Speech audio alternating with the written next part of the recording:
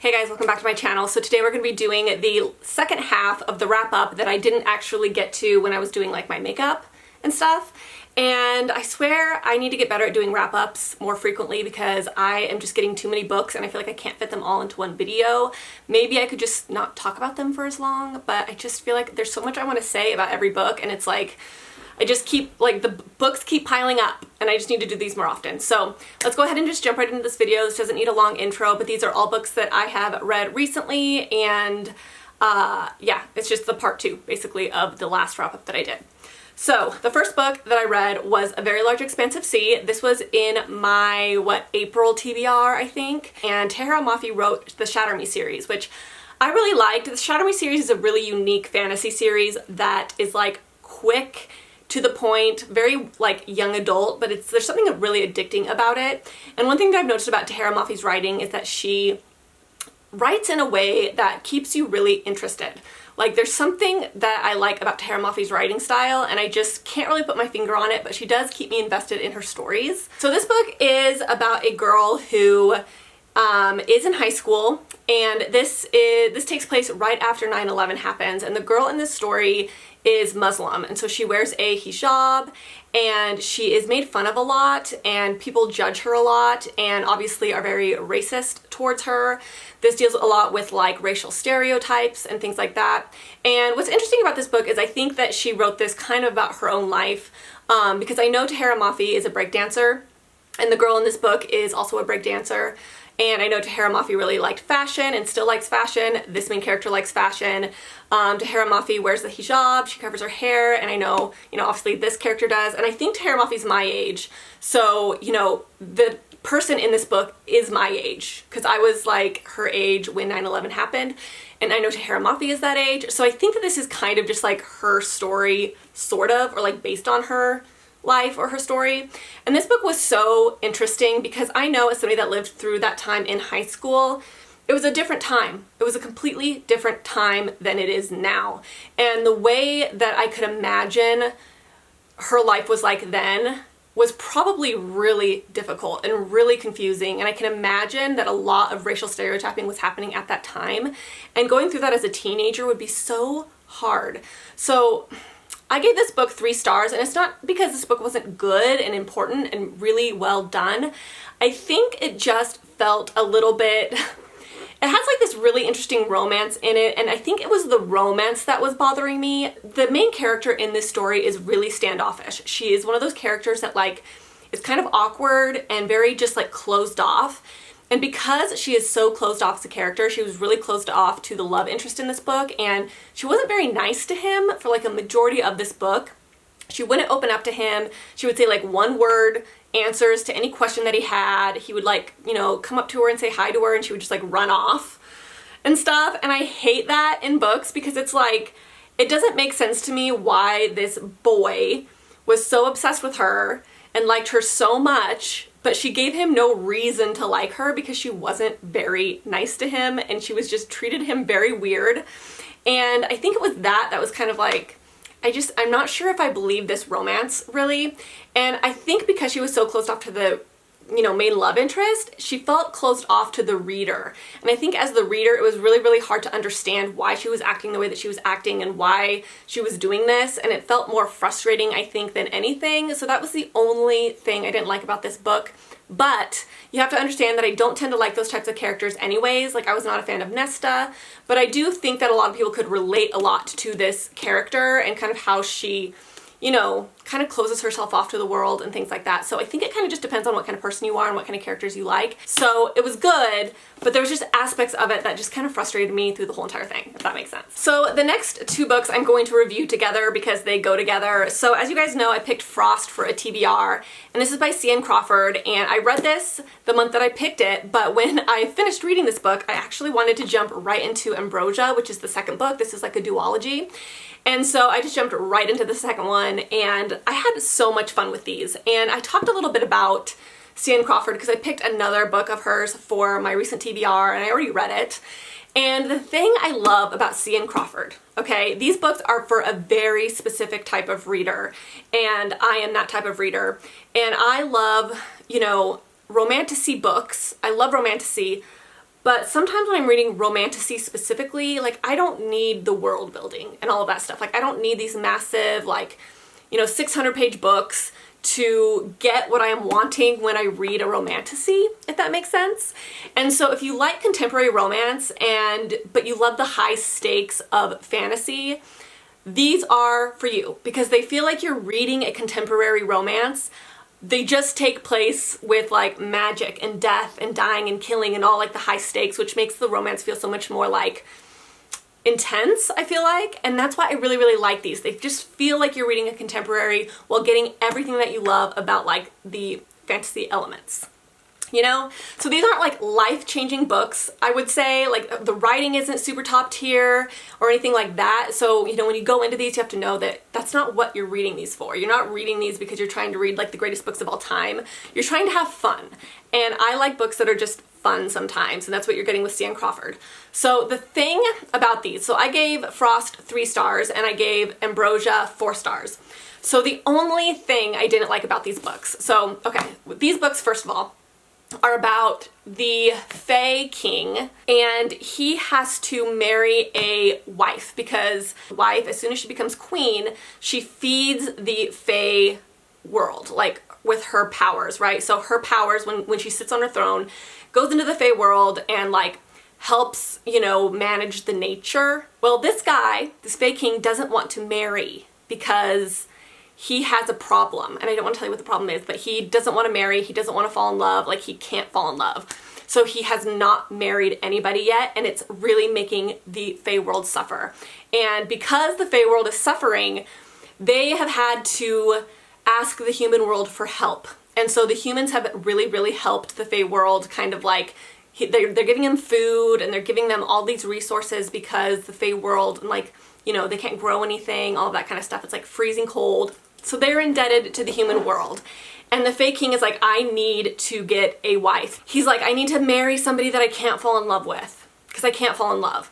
So he sees this girl, the main character, at this bar, and she is just sloppy, sloppy drunk because she just broke up with her boyfriend, and he's like just grossed out by her because she's just acting a fool, and he's like, that's the girl. Like, I know I won't be able to fall in love with her. Like, she is just a sloppy mess.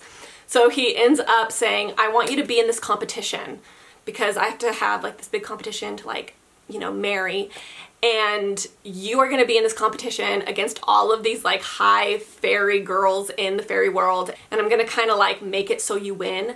But I need you to win because I can't fall in love with you. And she's like, okay, well, that's real nice. But he's like, I'm going to pay you a lot of money to do this. And so she's like, okay. But the humans are like, listen, you don't have to pay us back for, you know, all the debt that you have to us. You have to just let us film the competition to find your wife. And if you let us film it and make a reality TV show for the human world, then your debt is cleared and you don't have to pay us anymore. And the king is like, are you kidding me? So this is like kind of a Bachelor type of thing, which I love The Bachelor. I do. I think The Bachelor is such a fun show. Actually, I haven't watched it for a few seasons, but I've always been a fan of The Bachelor. But that was the only thing about this book series that I didn't actually like that much. It made it feel so like cheesy, and it was just too in the real world. I was like, I don't need this human Bachelor TV show storyline to like enjoy this. Like, I wish that element was just not in it, and it just would have made me like it, I think, a little bit more because it was just a little bit cheesy. But with that said though, right when I got done with this, I wanted to jump into this. So there's something addicting about these. They were really, really fun. I really enjoyed like the reading process of these, but I will tell you, these are not spicy. So if you like spice in your books, these are not them. Stan Crawford has made it pretty clear that some of the books that she writes are spicy, and then some book series that she writes are not spicy. But this doesn't have any spice, especially the first one. There's a little bit of implied spice in the first one, but there's no actual scenes in it. And Ambrosia, there's one scene, and it's kind of more towards the end. So you're not really getting a lot of spice, but I didn't feel like these really needed it. Like, the romance was really strong, which I almost prefer really good, strong romances over like a ton of spice anyways. So the romance is good and the romance is there. You just don't have like the spice to kind of like, you know, take it up a notch, if that makes sense. But it's still really fun. It's still really good. Okay, so the next book I read on audio, and I gave this book 2 stars, and it is Cultish, The Language of Fanaticism by Amanda Montell. So I was so disappointed with this book series, or this book. The thing about it is this book kind of started off pretty strong. I thought the beginning was pretty interesting, But the thing about it is this book probably could have been like 150 pages, and that's it. Like, this girl is apparently, she has like a bachelor's in like linguistics or something like that. I just kind of feel like she didn't need that degree to write this book. Like, I felt like it was a very obvious thing. Like, a lot of the stuff that she was saying, I was like, well, duh, like, you don't need a like linguistics degree to like know that, you know what I mean? And I just kind of feel like she didn't dig deeper into ideas that like I didn't already know as just a regular person. And there's so much about this topic that I wish that she would have gone into. Like, there are some major things that I have been thinking about a lot, just about cults and, you know, groups and like language and the changing of language and just so much about this topic that she didn't freaking cover. And I was like, why wouldn't you cover this stuff? It is so interesting and it is so relevant to your book, and you didn't cover it. When what she ended up doing was just writing the same things over and over again. Like, this book was the most repetitive book I've ever read. She gave us nothing. All she kind of did was like tell us about different cults and like what the cults were like and stuff. And I'm like, this isn't a book about cults. This is a book about the language of cults. And I feel like you're like missing the mark a little bit. So Cultish was 2 stars. Don't really recommend it. Okay, so the next book was The In-Between, The Unforgettable Encounters During Life's Final Moments, and this was by Hadley Vlahos, and I read this audio as well, and I loved this. If you like to explore the idea of death in a very confronting way, then you will really like this. There was something comforting about this book. I don't know, it was just so interesting, and it was so interesting to actually hear the different perspectives. Like, all of her patients have different beliefs, right? Some people are super religious, some people believe in nothing, and it talks about like how at peace they were with their death when they died, and the fears that these people had. And then some people like talked about their regrets, like what they regret the most about their life. And it was just a really interesting book, and honestly, I can understand why she enjoys this career. I really do. Like, I feel like there's something so purposeful about what she does and so interesting, and I feel like experiencing this kind of thing every day, like, yes, I think it could be really hard, but it's also just fascinating. Highly recommend this book. It's very thought-provoking. If you love a good thought-provoking read that just makes you think about life and death, this is the one you want to read. The next book that I'm going to talk about is One True Loves by Taylor Jenkins Reid, and as you guys know, I was so curious about this book. Like, I wanted to know how this book was going to end before I even started reading it, because the premise was just so interesting. This is the one about the girl who is married, and then her husband dies in a plane crash, and then she meets somebody else, they fall in love, but then she finds out that her husband didn't die. And I'm just like, man, like, okay, so here's the interesting thing about this is I think the author, Taylor Jenkins Reid, got inspiration from Castaway, the movie. And I thought that before I even started reading it. I'm like, that reminds me of Castaway, you know, but they didn't really go into that storyline in Castaway. It was kind of like, it was there, but they didn't go into the aftermath of that, you know what I mean? And I feel like she had a few Castaway, like, jokes in here. Not jokes, but like, she did mention Castaway a couple of times in here, which made me believe that that's where she got her inspiration from. She just kind of wanted to continue that story. And this book was really good. And the thing about it is, like, I'll just say, I'm not going to say like what happens, but what happened in this book is what I wanted to happen, what I thought should happen. And I know that not everyone would agree. Like, I think other people, there's probably 2 teams. I really liked it. Like, I loved, this was such an interesting book because it was like, it stressed me out. And I mentioned that actually in my Goodreads, like when I was updating on this book, I was like, this book is stressing me out, because it was. Like, I can't imagine being in this situation. This would be such a hard situation to be in for everybody. And I was just thinking about like the new fiance and his feelings, and I was thinking about the old husband and his feelings and her feelings. Like, every single person is losing in this situation and has to go through something really hard. And I'm like, this is like the worst thing that could happen, and it was stressing me out. And I gave this book 4 stars, but I'm gonna say this was like a 4.5. This could have been a 5. I think the only reason I gave it 4 stars on Goodreads is because it was stressful. Like, it really stressed me out a little bit. And I don't like stories where husbands die.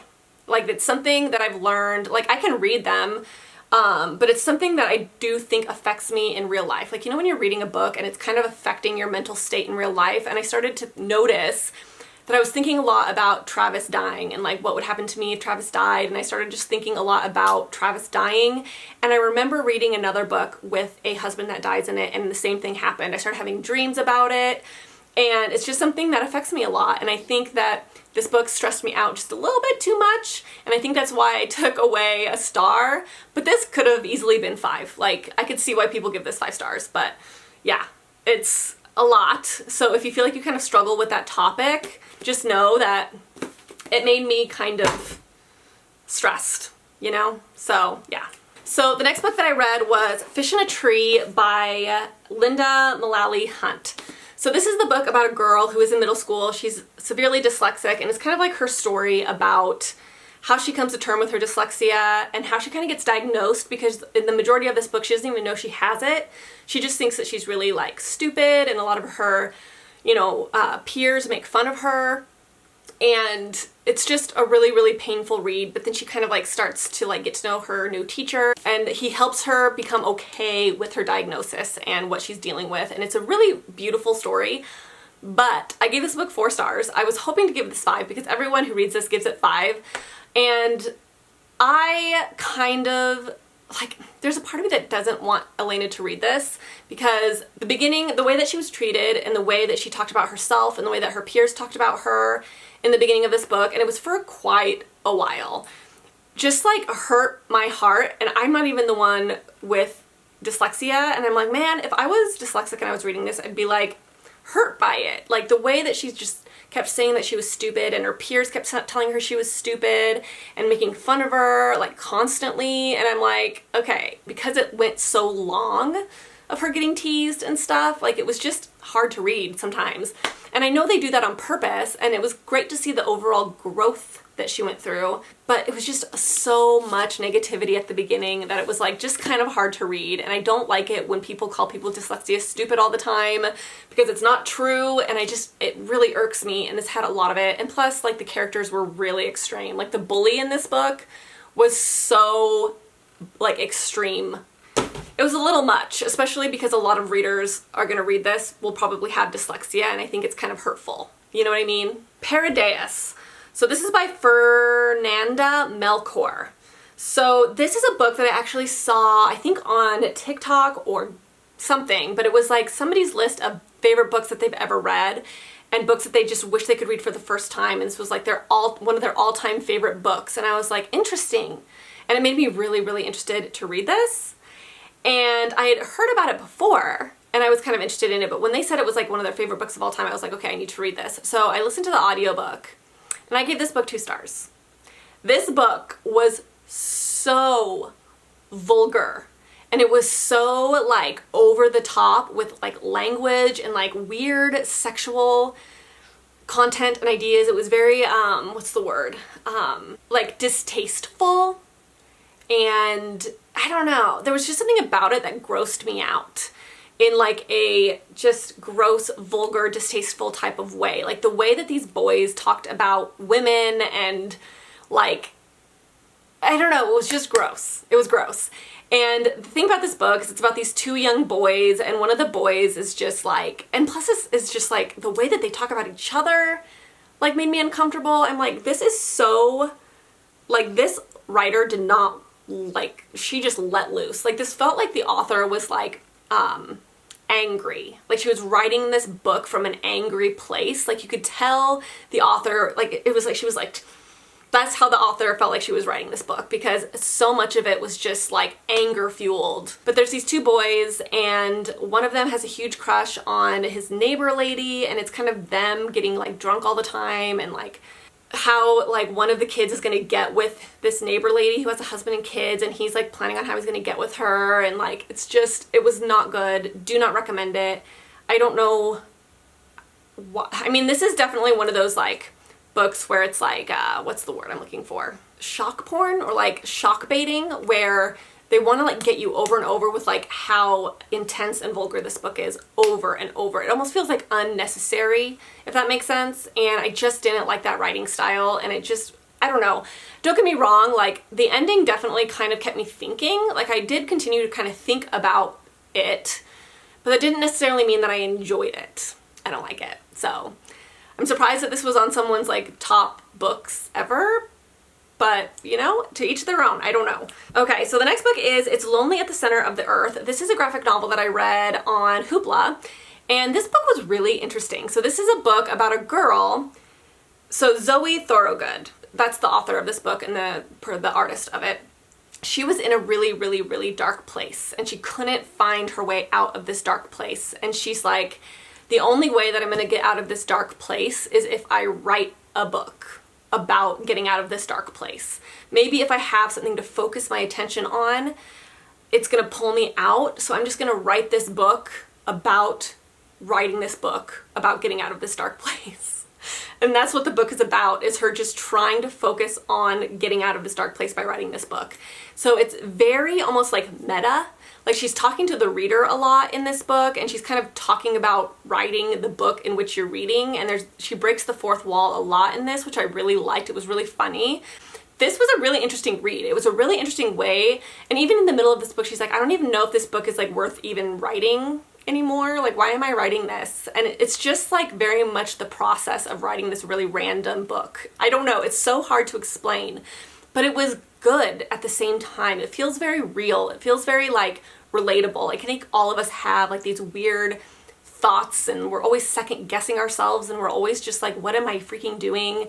And that's very much what this book is. It's like relatable, hard to explain, but I liked it. If you want to read this, go on Hoopla. I think you need a library card to read on Hoopla, but I've been reading a lot of my graphic novels on there, and I really, really like it. But I really liked this. Like, there were some definite screenshots that I took of like my favorite pages, because some of the pages just really hit, and I was like, yes, like I love that. So I highly recommend this graphic novel. It was just a really, really unique graphic novel, a really unique way of writing this graphic novel, and I thought it was great.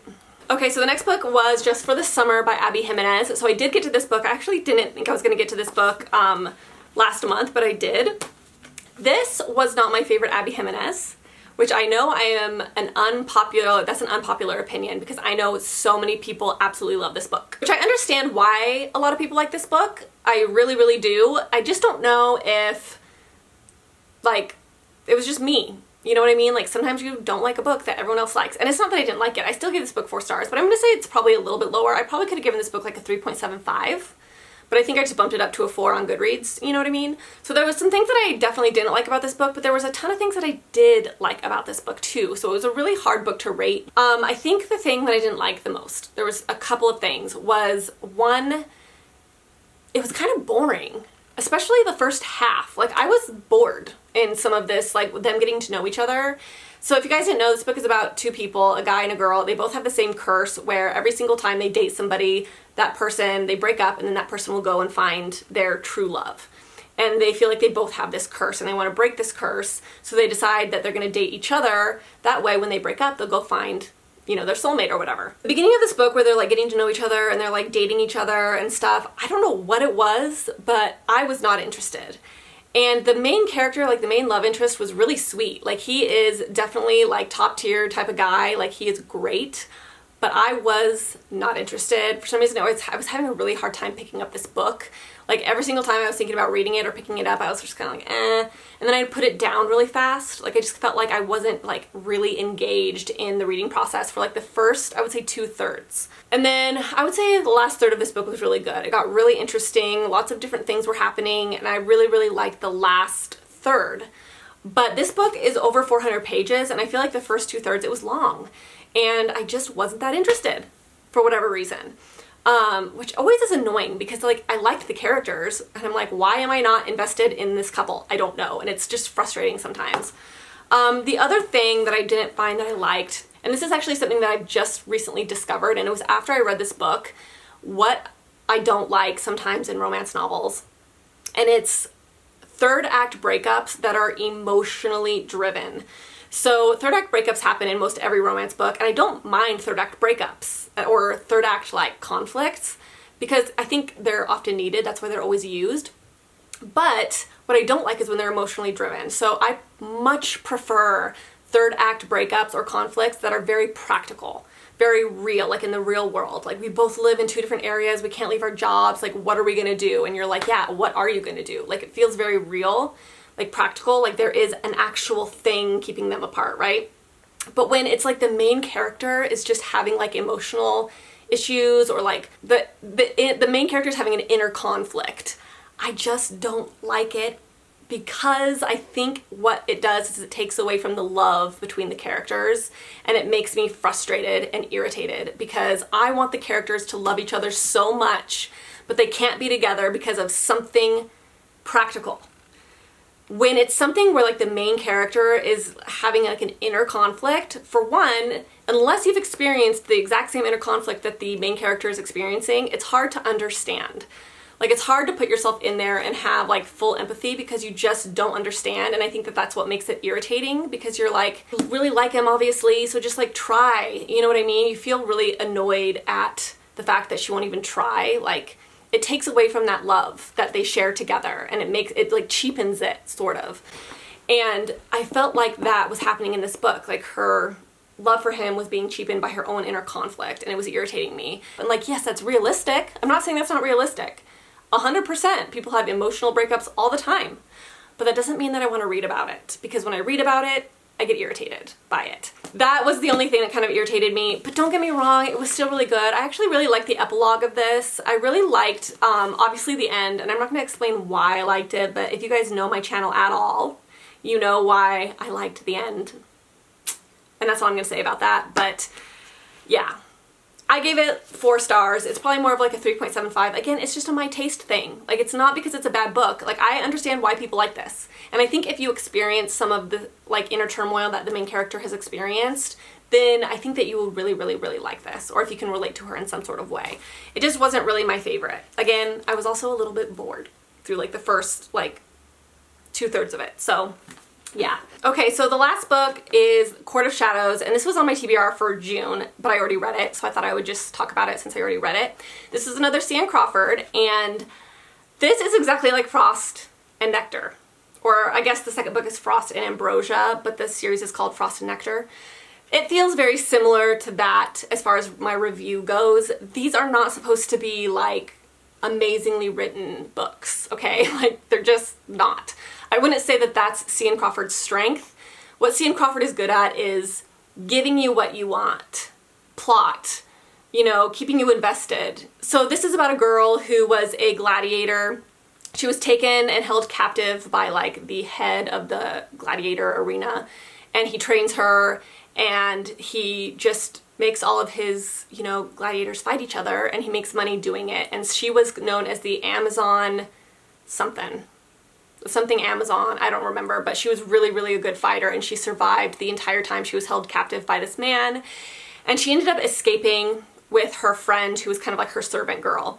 And they escape, and then she ends up like just being like a bar girl, like she works at a bar. One day, the guy that held her captive finds her and says, "I have your best friend, and I'm going to kill her if you don't train to become like an assassin with like these main Shadow Fae people. I need you to go and train with these Shadow Fae people, and I need you to get the key to open all the realms," because he wants to open up the realms and like be the king of all the realms, all that kind of thing. And he's like, "I need you to get that key for me, and if you don't get that key for me, I'm gonna kill Ciara."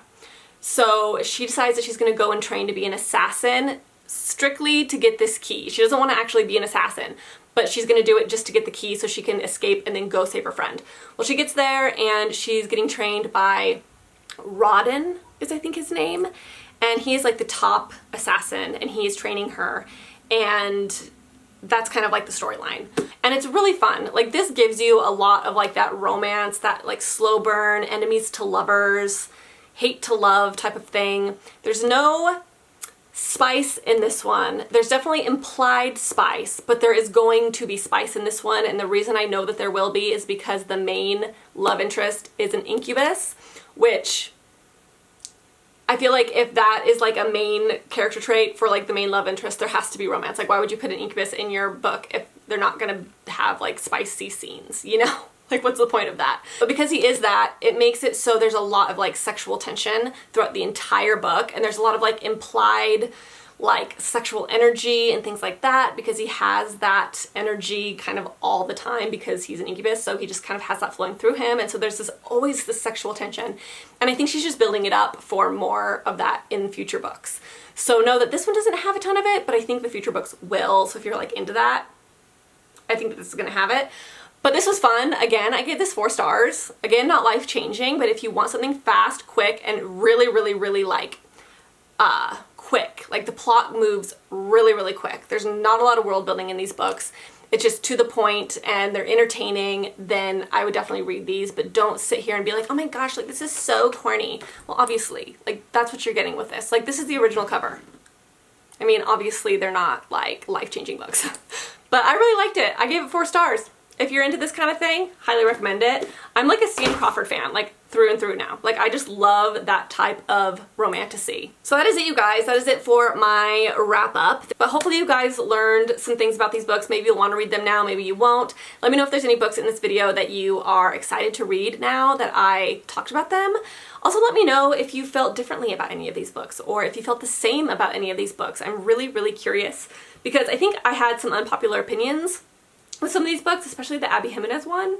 Like, I wish I liked that book more because I feel like everyone is loving that book and giving it like 5 stars, but it just wasn't my fave. I don't know why. So anyways, that's it, guys. Thank you so much for watching, and I will see you guys in my next video. Bye.